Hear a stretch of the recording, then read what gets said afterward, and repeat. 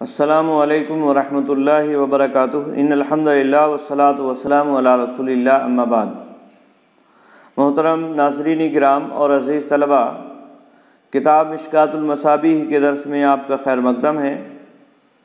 باب الخلع والطلاق چل رہا ہے۔ اس سے پہلے فصل ثانی کی چند احادیث آپ کے سامنے رکھی گئیں۔ چند احادیث فصل ثانی کی آپ کی خدمت میں حاضر ہیں۔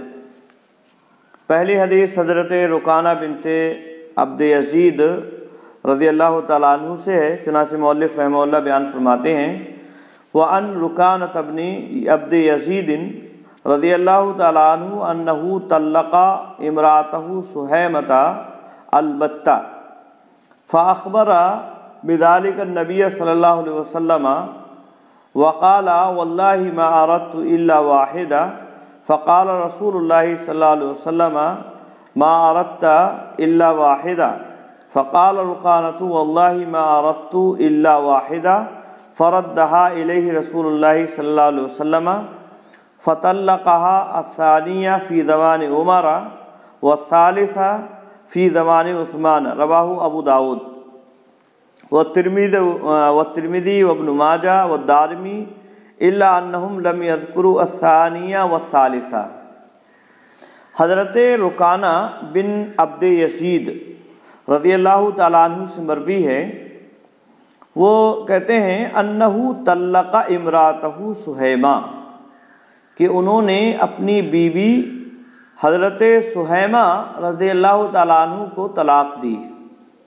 البتہ، طلاق البتہ آئی بات میں، اور البتہ یہ بتن سے ہے اور اس کا معنی ہوتا ہے قطع، اور طلاق البتہ کا مطلب یہ ہے کہ آدمی اس طرح سے کہے انت طالق البتہ، یعنی تجھ پر طلاق بتہ ہو، یا میں تمہیں طلاق البتہ دے رہا ہوں۔ تو اس طرح سے شوہر اگر اپنی بیوی سے کہتا ہے تو اسے طلاق البتہ کہتے ہیں، اور البت کا مطلب کاٹنا ہوتا ہے، چونکہ طلاق البتہ نکاح کو ختم کر دیتی ہے اور شوہر اور بیوی کے درمیان میں جدائی ڈال دیتی ہے، اس لیے اسے طلاق البتہ کہا جاتا ہے۔ آئی بات میں؟ تو طلاق البتہ انہوں نے دی اپنی بیوی حضرت سہیمہ رضی اللہ تعالیٰ عنہ کو۔ اس کے بعد کہتے ہیں فاخبر، یا تو یہ معروف کا صیغہ ہو اور بتانے والی یہی، خبر دینے والی یہی حضرت رکانہ، یا یہ مجہول کا صیغہ پڑھا جائے، یعنی خبر دی گئی اس کی نبی اکرم صلی اللہ علیہ وسلم کو، یا انہوں نے خود اس بات کی خبر نبی اکرم صلی اللہ علیہ وسلم کو دی۔ فاخبر فاخبر، تو اس طرح سے یہ جو ہے مجہول کا بھی پڑھا جا سکتا ہے اور معروف کا بھی صیغہ پڑھا جا سکتا ہے، یعنی انہوں نے خبر دی اور مجہول پڑھیں گے تو ایسی صورت میں نبی اکرم صلی اللہ علیہ وسلم کو اس بات کی خبر دی گئی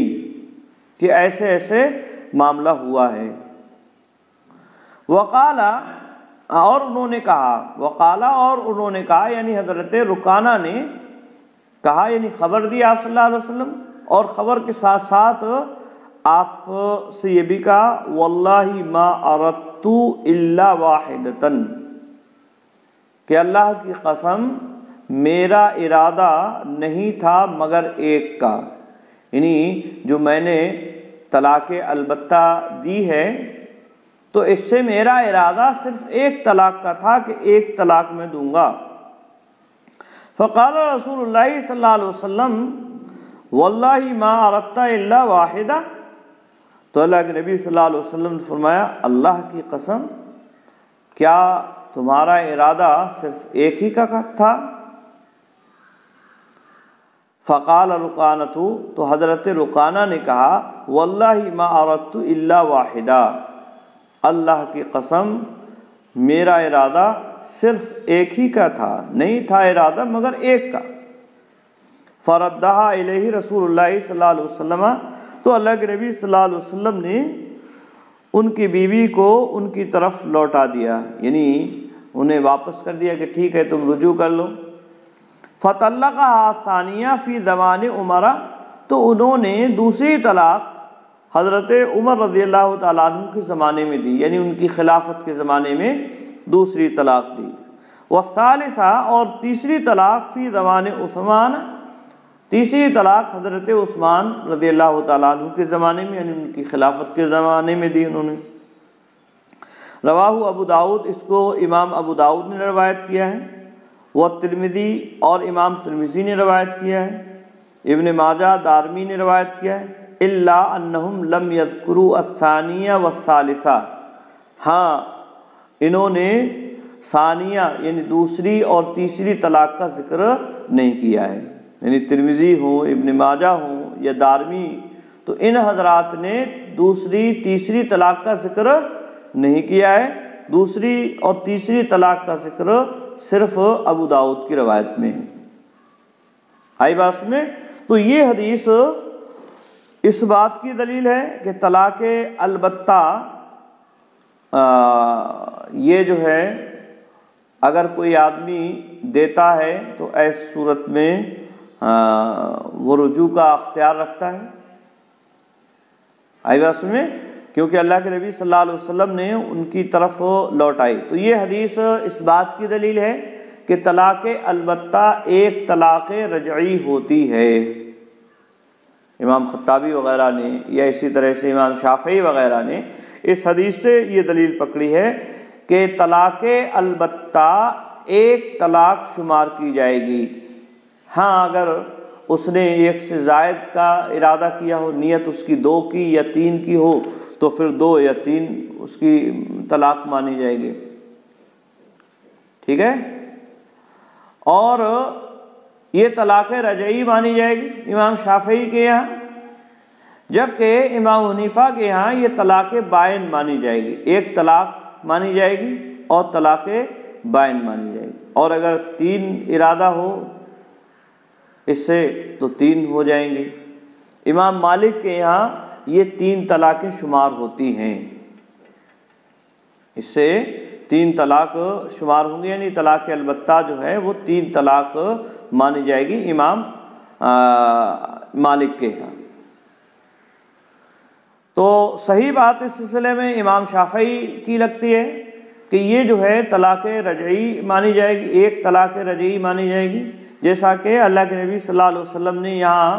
لوٹایا۔ بہرحال یہ ایک الگ بات ہے، تو یہ ایک طلاق رجعی مانی جائے گی، جیسا کہ امام شافعی کا اس سلسلے میں موقف ہے۔ اس حدیث سے ایک دوسری بات بھی علماء نے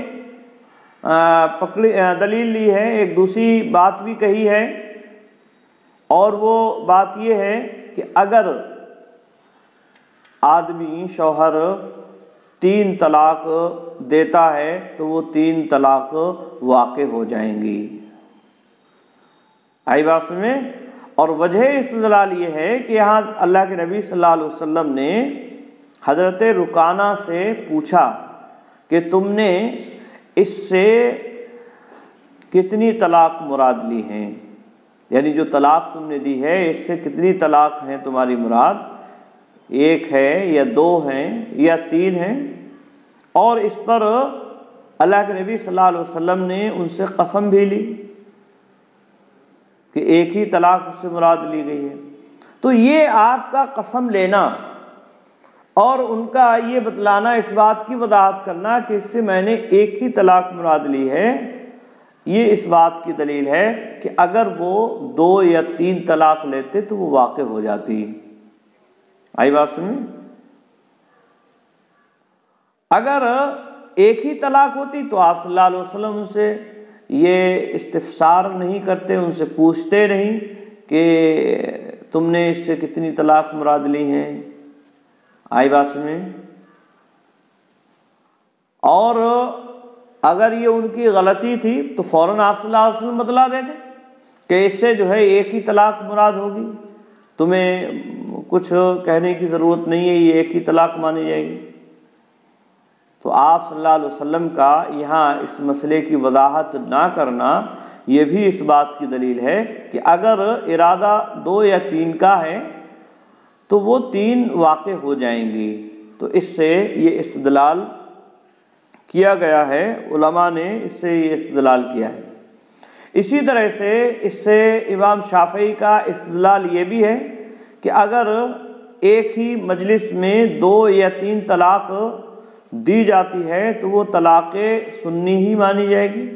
طلاق بدعی وہ نہیں مانی جائے گی، کیونکہ آپ صلی اللہ علیہ وسلم نے یہاں ایک طرح سے پوچھنے کے بعد خاموشی اختیار کی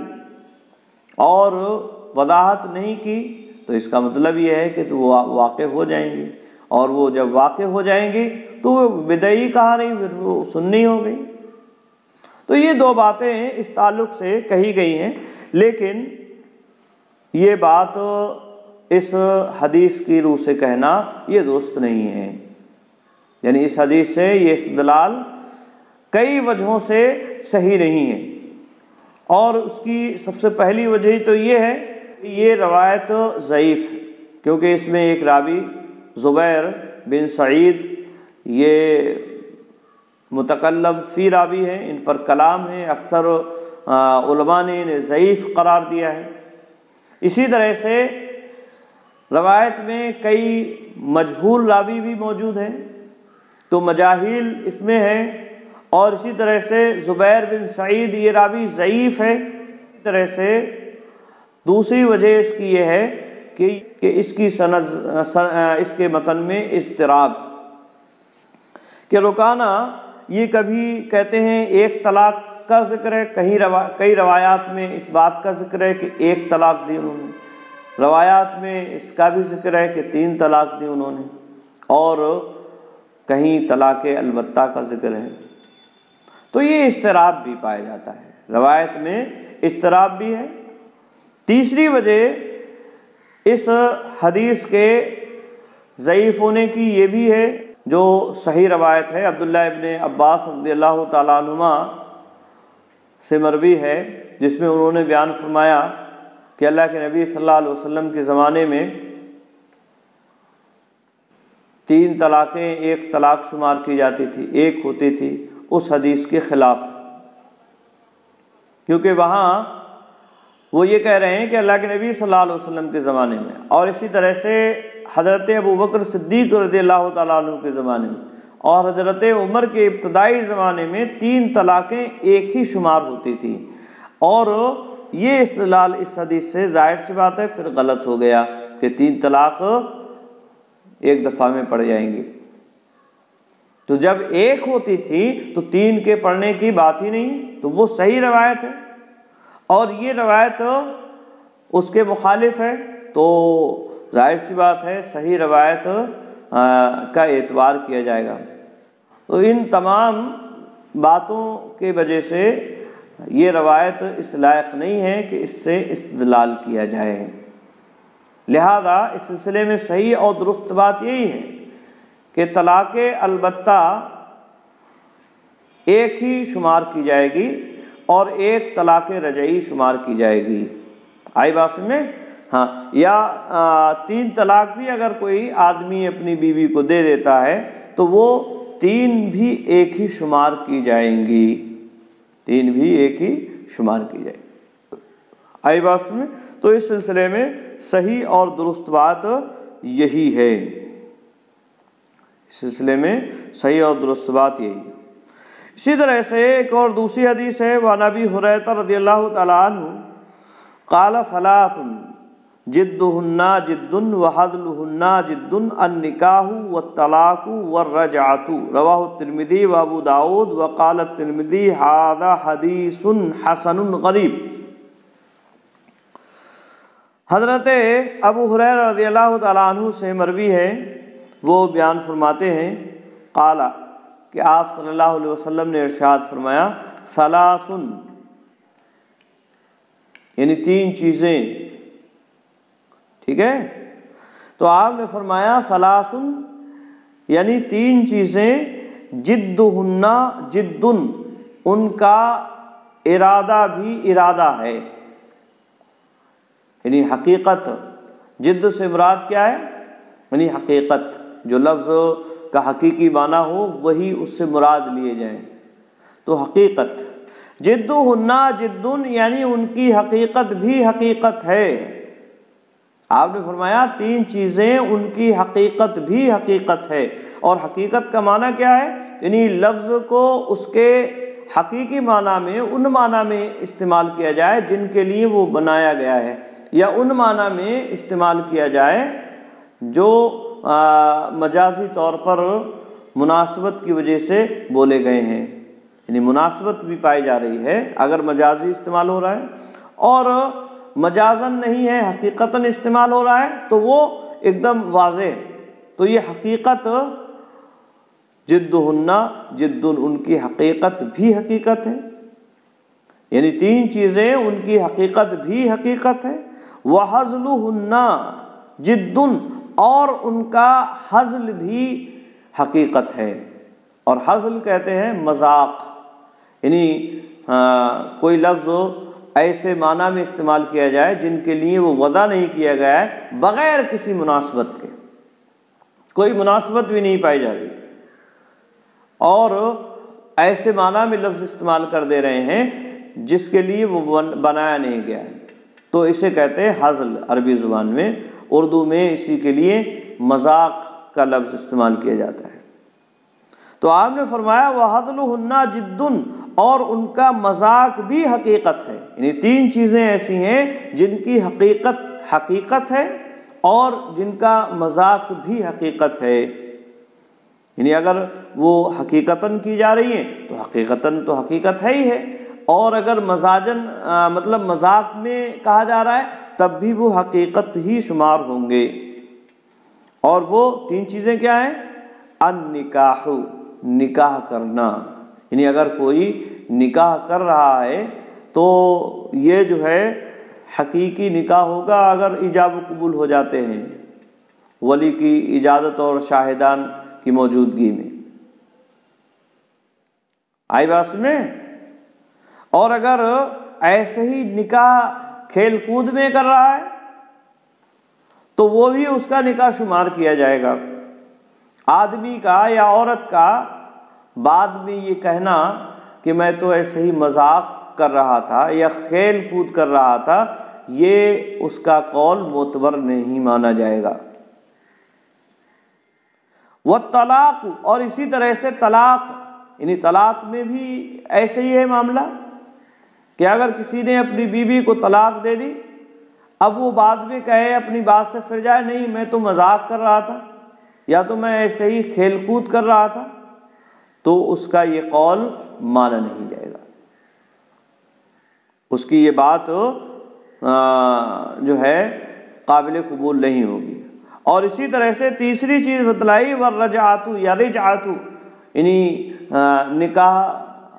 اگر اس نے طلاق دے دی ہے تو دوبارہ سے اسے واپس نکاح میں لینا، تو یہ حقیقت بھی حقیقت ہے اور مذاق بھی حقیقت ہے، اس میں کسی بھی طرح کی کوئی مذاق کرنا یہ جائز اور درست نہیں ہے۔ اس سے نکاح، طلاق اور رجعت وغیرہ کی اہمیت معلوم ہو رہی ہے کہ یہ کتنے اہم معاملات ہیں، اس میں سوچ سمجھ کر قدم اٹھانے کی ضرورت ہے، یعنی نکاح اگر کر رہے ہیں تو بھی بہت سوچ سمجھ کر، کیونکہ یہ پوری زندگی کا معاملہ ہے۔ یہ اسی طرح سے طلاق کی نوبت آ رہی، طلاق دی جا رہی، تو اس میں بھی بہت غور و فکر کرنے کے بعد ہی طلاق یا رجوع جو بھی ہیں یہ بہت ہی غور و فکر اور سوچ کر کیے جانے والے اعمال ہیں۔ یہ ایسے معاملات نہیں ہیں کہ ان کو جو ہے کھیل اور تماشے کا ذریعہ بنایا جائے اور اس میں جو ہے کھیل اور تماشے کیے جائیں، تو اس سے جو ہے اس کی اہمیت معلوم ہو رہی۔ اور یہ بھی معلوم ہو رہا ہے اگر کوئی آدمی ہنسی اور مذاق میں اپنی بیوی کو طلاق دے دیتا ہے تو وہ طلاق مانی جائے گی، اگر حقیقت میں دے رہا ہے تو بھی، اور اگر وہ مذاق میں دے رہا ہے تو بھی اس کی طلاق وہ مانی جائے گی۔ اس کا کہنا کہ میں یہ مذاق کر رہا تھا یا ہنسی کر رہا تھا تو یہ اس کا یہ کہنا معتبر نہیں ہوگا۔ اور اس کی جو پابندی شریعت نے جو لگائی ہے، یہ ایک طرح سے منطقی اعتبار سے اگر اس پر غور و فکر کیا جائے تو یہ ایک بہت بڑے فتنے کو روکنے والی چیز ہے کہ اگر یہ روک اور حد بندی نہ ہوتی تو پھر کوئی بھی آدمی شریعت کو کھیل اور تماشا بنا سکتا تھا، وہ نکاح کرے اور کہہ دے کہ نہیں میں نے تو مذاق میں کیا تھا ایسا، اگر کوئی اس طرح کی بات آ جائے، یا طلاق کی بات ہو گئی اور وہ بعد میں کہہ دے کہ یہ تو میں نے مذاق میں کیا تھا۔ تو اس طرح سے جو ہے شریعت یہ کھیل اور تماشے والی بن جائے گی، اور اس لیے اللہ رب العالمین نے ان تمام راستوں کو روک دیا اور کہا کہ نہیں، یہ سارے کام یہ حقیقت بھی حقیقت ہے اور مذاق بھی حقیقت ہے، لہذا ان امور میں غور و فکر کرنے کی ضرورت ہے، بہت ہی زیادہ سوچنے اور سمجھنے کی ضرورت ہے، کوئی اسے کھیل اور تماشے والی چیز نہ بنائے۔ آئی بات میں؟ تو یہ بڑی اہم بات اللہ کے نبی صلی اللہ علیہ وسلم نے اس حدیث کے اندر بیان فرمائی۔ کہتے ہیں رواہ ترمذی، اس کو امام ترمذی نے روایت کیا، ابو داؤد نے روایت کیا ہے، وقال ترمذی، اور امام ترمذی نے فرمایا ھذا حدیث حسن غریب، کہ یہ حدیث حسن اور غریب ہے۔ حسن کا مطلب ہوتا ہے یعنی اس میں صحیح کے جو شرائط ہیں وہ نہیں پائے جا رہے، اور غریب کا مطلب یہ ہے کہ یعنی وہ مشہور نہیں ہے یا عزیز نہیں ہے، یعنی روایت میں ایک راوی اس میں پایا جا رہا ہے۔ اسی طرح سے تیسری حدیث ہے وعن عائشہ رضی اللہ تعالی عنہا قالت سمعت رسول اللہ صلی اللہ علیہ وسلم یقول لا طلاق ولا عتاق فی اغلاق، رواہ ابو داؤد و ابن ماجہ، قیل معنی الاغلاق الاکراہ۔ حضرت عائشہ رضی اللہ تعالی عنہ سے مروی ہے، وہ کہتی ہیں کہ میں نے سنا رسول اللہ صلی اللہ علیہ وسلم کو کہتے ہوئے، یقول کہتے ہوئے یعنی آپ صلی اللہ علیہ وسلم فرما رہے تھے، اور میں نے آپ صلی اللہ علیہ وسلم سے یہ بات سنی ہے، لا طلاق ولا عتاق فی اغلاق، کہ طلاق نہیں ہے یعنی جائز نہیں ہے طلاق،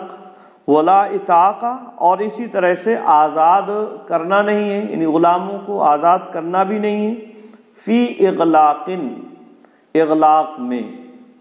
اور اسی طرح سے ابو داؤد میں غلاق کے الفاظ بھی آئے، غلاق بغیر حمزہ کے، لیکن اس سلسلے میں جو صحیح اور درست ہے وہ اغلاق ہی کے الفاظ ہیں، اغلاق یعنی اغلاق میں طلاق یا غلاموں کو آزاد کرنا نہیں۔ آگے کہتے ہیں رواہ ابو داؤد، اس کو امام ابو داؤد نے روایت کیا ہے، ابن ماجہ، اور امام ابن ماجہ نے بھی روایت کیا ہے، قیل معنی الاغلاق الاکراہ، اور کہا گیا ہے کہ اغلاق کا معنی ہے اکراہ یعنی زور زبردستی کرنا۔ آئی بات سمجھے؟ اغلاق کا معنی اکراہ یعنی زور زبردستی کرنا، جبر کرنا، یہ معنی اغلاق کا ہے۔ تو حدیث کا اس معنی کے اعتبار سے مفہوم یہ ہوگا یعنی زور زبردستی کی طلاق یا آزاد کرنا نہیں ہے، یعنی زور زبردستی میں جو طلاق دی ہے وہ طلاق مانی نہیں جائے گی، اور اغلاق یہ ہے زور زبردستی میں یعنی اس پر زور زبردستی کر کے ایک طرح سے دروازہ بند کر دیا ہے، مغلق، دروازے کو بند کر دیا گیا، یعنی اس کے تمام تصرفات کو ختم کر کے مجبور کر دیا ہے کہ وہ آزاد کرے غلاموں کو یا طلاق دے کر عورت کو آزاد کرے، تو اس لیے اسے اغلاق کہا گیا۔ آئی بات میں؟ ہاں، تو یہ آپ نے فرمایا کہ اغلاق میں یعنی زور زبردستی میں طلاق دینا، یہ طلاق یہ شمار نہیں کی جائے گی، یا آزاد یہ غلاموں کو کرایا جا رہا ہے تو وہ آزاد نہیں مانے جائیں گے۔ یہ حدیث اس بات کی دلیل ہے۔ یاد رہے اغلاق کے معنی کے متعلق علماء نے اختلاف کیا ہے، ایک معنی تو یہی ہے جو مؤلف نے یہاں بیان فرمایا ہے کہ اغلاق کا معنی اکراہ ہوتا ہے، اور یہ معنی امام مالک، امام شافعی اور اسی طرح سے امام احمد بن حنبل اور اسی طرح سے ائمہ لغت میں سے ابن قتیبہ اور ان کے علاوہ بہت سارے علماء نے یہی معنی مراد لیے ہیں کہ اغلاق کا معنی ہے زور زبردستی، یعنی زور زبردستی کی طلاق جو ہے وہ جائز اور درست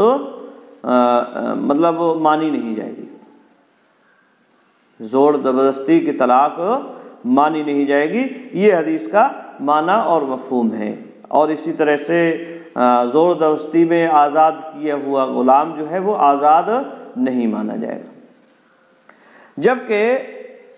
اس کا ایک معنی اغلاق کا غضب بھی کیا گیا ہے کہ اغلاق سے مراد ہے الغضب،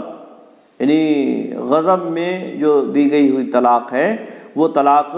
نہیں مانی جائے گی، غصے میں۔ اور جو غضب ہو اس کا معنی لیتے ہیں اغلاق کا، اس میں امام حنیفہ ہیں اور اسی طرح سے اور بھی کئی علماء جو ہیں اس بات کو بیان کرتے ہیں۔ امام ابو داؤد رحمہ اللہ نے بھی اسی بات کی وضاحت کی ہے اور انہوں نے بھی کہا الاغلاق اظنہ